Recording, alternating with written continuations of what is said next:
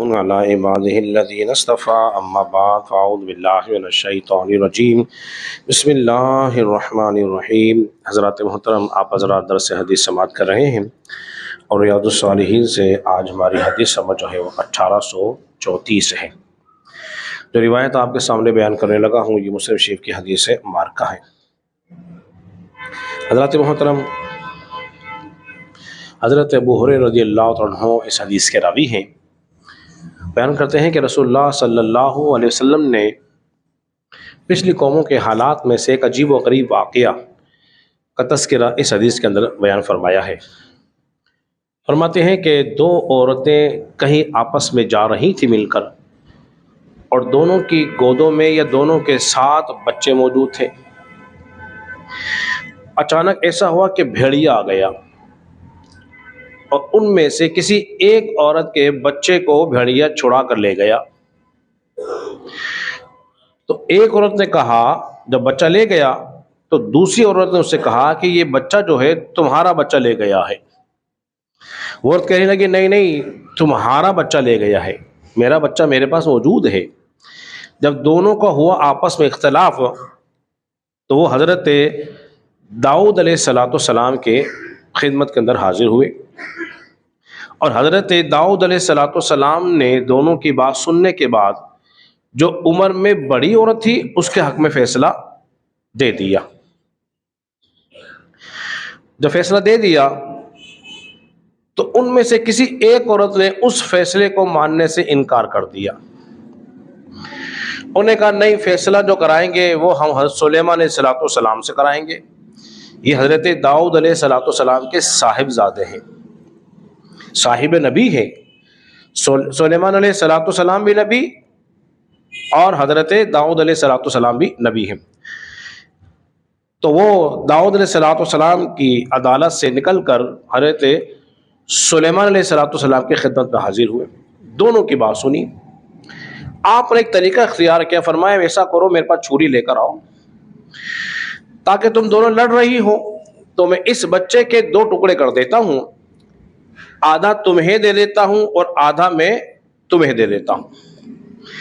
جو چھوٹی تھی عمر کے اندر وہ کہنے لگی حضور والا ایسا نہ کریں، یہ بچہ جو ہے یہ بڑی ہی عورت کا ہے۔ کیا کہا؟ یہ بچہ جو ہے بڑی ہی عورت کا ہے۔ اور حضرت داؤد علیہ السلام نے فیصلہ کس کے حق میں کیا تھا؟ بڑی عورت کے حق میں۔ سلیمان علیہ السلام نے جب بات سنی تو فرمایا یہ بچہ جو ہے یہ چھوٹی عورت کا ہے۔ کیا کہا؟ بہت توجہ کی ضرورت ہے۔ داؤد علیہ السلام نے فیصلہ کیا یہ بچہ بڑی عورت کا ہے۔ سلیمان علیہ السلام فرمائے لگے چھری لے کر آؤ، دو ٹکڑے کرتا ہوں، آدھا اس کو دیتا ہوں، آدھا اسے دے دیتا ہوں۔ تو جو عمر میں چھوٹی تھی کہنے لگی یہ بچہ اس بڑی عورت کا ہے۔ تو آپ نے فرمایا جب اس عورت کا قول سننے کے بعد فرمایا یہ بچہ جو ہے میرا فیصلہ یہ ہے یہ بچہ چھوٹی عمر کا ہے۔ اب حضرات محترم ذرا غور کیجیے، ایک نبی نے فیصلہ کیا ہے بڑی عمر کی عورت کا ہے، دوسرے نبی نے فیصلہ کیا ہے چھوٹی عمر کا ہے۔ علماء نے بڑی اس پہ مزید بحث کی، فرماتے ہیں کیا وجہ تھی کہ حضرت داؤد علیہ السلام نے جو بڑی عورت کے بارے میں فیصلہ کیا؟ اس کی دو وجہ فرمائی۔ فرماتے ہو سکتا ہے کہ بچہ شکل میں اس سے ملتا ہو، شکل کے اعتبار سے اس سے ملتا ہو، مشابہ ہو، اس لیے آپ نے یہ قرینہ دیکھا کہ شکل میں اس سے مل رہا ہے تو بچہ اسی کا ہی ہوگا۔ یا ہو سکتا ہے کہ وہ بچہ اس کی گود میں ہو یا اس نے ہاتھ پکڑا ہوا ہو، اس اعتبار سے آپ نے فیصلہ کیا کہ بچہ اسی عورت کا ہے۔ لیکن سلیمان علیہ السلام نے جو آپ کے صاحبزادے انہوں نے جو فیصلہ کیا، فرمایا ابھی پتہ پڑ جائے گا بطور امتحان کے، اگر اس کی حقیقی ماں ہوگی تو تیار ہوگی نہیں۔ سمجھے بات کو؟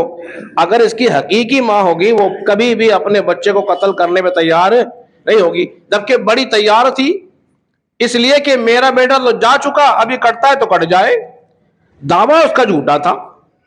اس لیے فرمایا کہ چھوٹی نے کہا کہ اس کو قتل نہ کریں، بے شک اس کو دے دیں۔ ماں کی ممتا دیکھیے کہ ماں کبھی اپنے بیٹے کے دو ٹکڑے ہوتے ہوئے دیکھ نہیں سکتی، اس لیے آپ نے کہا یہ کیا کہا کہ چھوٹی ہی بیٹی کا ہے۔ تو وہ فیصلہ بالکل درست تھا۔ اب سوال یہ پیدا ہوا، کیا ایک نبی کے فیصلے کے بعد کیا دوسرے نبی سے فیصلہ کرا سکتے ہیں؟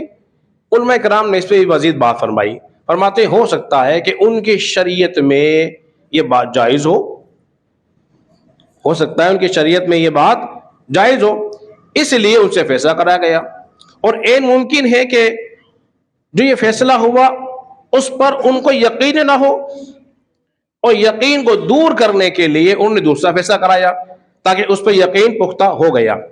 علماء نے ایک بحث اور کی، ہو سکتا ہے کبھی کسی مسئلے پر جب اختلاف ہو جائے تو مجتہد جو ہے اپنی رائے پیش کرتا ہے، اور رائے بسا اوقات انسان کی غلط بھی بولیے ہو سکتی ہے، خطا بھی ہو سکتی ہے، اس لیے ایک یہاں پہ مسئلہ بھی سمجھ لیجئے۔ علماء نے ایک بحث یہ بھی کی ہے کہ انبیاء کرام علیہ الصلوۃ والسلام سے بسا اوقات کبھی بھول ہو جاتی ہے۔ کیا ہو جاتی ہے؟ کبھی بھول، گناہ کی بات نہیں کر رہا، بھول ہو جاتی ہے، مگر وہ اس بھول پر قائم نہیں رہتے، اس بھول پر کبھی قائم بولیے نہیں رہتے۔ بھول اسے کہتے ہیں جس میں ارادہ نہیں پایا جاتا، جیسے کہ حضرت آدم علیہ الصلوۃ والسلام بھول گئے شجر ممنوعہ کا جو پھل تھا کھانے سے منع کیا تھا، اس کے قریب نہ جانا، نہ کھانا، لیکن آپ کی توجہ نہیں رہی، اس میں سے کھا لیا۔ اللہ نے فرمایا کہ ہم نے آدم کا قصد نہیں پایا۔ اس کی ایک مثال اور دے دوں، مثال کے طور پر آپ نماز پڑھ رہے ہوں 4 فرض، اور پہلا تشہد چونکہ جو واجب ہوتا ہے اس میں آپ نہ بیٹھے کھڑے ہو جائیں، تو کیا خیال ہے آپ کو علم نہیں تھا؟ ارے بولیے تو، تھا نا آپ کو علم کہ مجھے 4 پڑھنی ہے، لیکن آپ کی توجہ نہیں رہی، جب توجہ ہٹ گئی تو غلطی، وہ بھول ہو گئی، تو وہ بھول جو ہے وہ معاف ہو جاتی ہے۔ اسی طرح بے خیالی میں حالت روزے میں آپ نے کھا لیا، یاد آئے میرا تو روزہ ہے، تو وہ معاف ہے۔ اگر کوئی روزے میں جان بوجھ کے کھائے تو روزہ ٹوٹ جائے گا، کوئی جان بوجھ کے نماز میں غلطی کرے تو نماز فاسد ہو جائے گی۔ تو اس کا ذرا خیال رکھیں۔ انبیاء کرام علیہ السلام گناہوں سے پاک ہوتے ہیں، مبرہ ہوتے ہیں، گناہوں کی نجاست سے ہمیشہ ہمیشہ ان سے گناہ ہو ہی نہیں سکتا ہے۔ باقی بھول بسا اوقات امت کے عمل کے اعتبار سے وہ بھول ہو جاتی ہے۔ اللہ رب العزت کی بارگاہ میں دعا ہے خالق کائنات ہم سب کو سمجھنے